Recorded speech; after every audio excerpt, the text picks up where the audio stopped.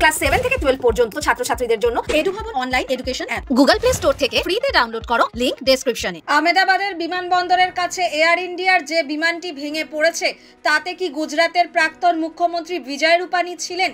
কয়েকটি সূত্রে তেমনটাই দাবি করা হচ্ছে। বিমানের যাত্রীদের তালিকায় তার নাম ছিল। তার ঘনিষ্ঠ প্রশান্ত ভালা বিমানবন্দরে পৌঁছে দিয়ে এসেছেন বিজয়কে। ওই বিমানে লন্ডনে যাওয়ার কথা ছিল তার।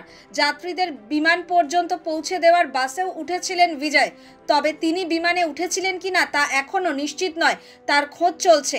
দুর্ঘটনাগ্রস্ত বিমানটি আহমেদাবাদের টার্মিনাল 2 থেকে ছেড়েছিল।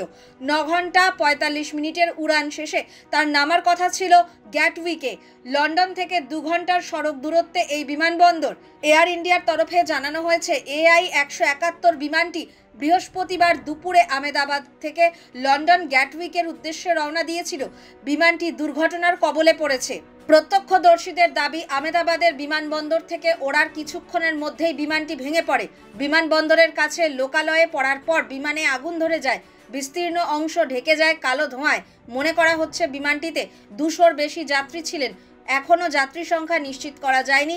খুব বেশি উচ্চতায় বিমানটি পৌঁছতে পারেনি, ফলে ক্ষয়ক্ষতির পরিমাণ আরও বৃদ্ধি পেতে পারে বলে আশঙ্কা। 2016 থেকে 2021 সাল পর্যন্ত গুজরাটের মুখ্যমন্ত্রী ছিলেন বিজয়। রাজকোট পশ্চিমের বিধায়কও ছিলেন। বর্ষিয়ান নেতাকে নিয়ে উদ্বিগ্ন বিজেপি।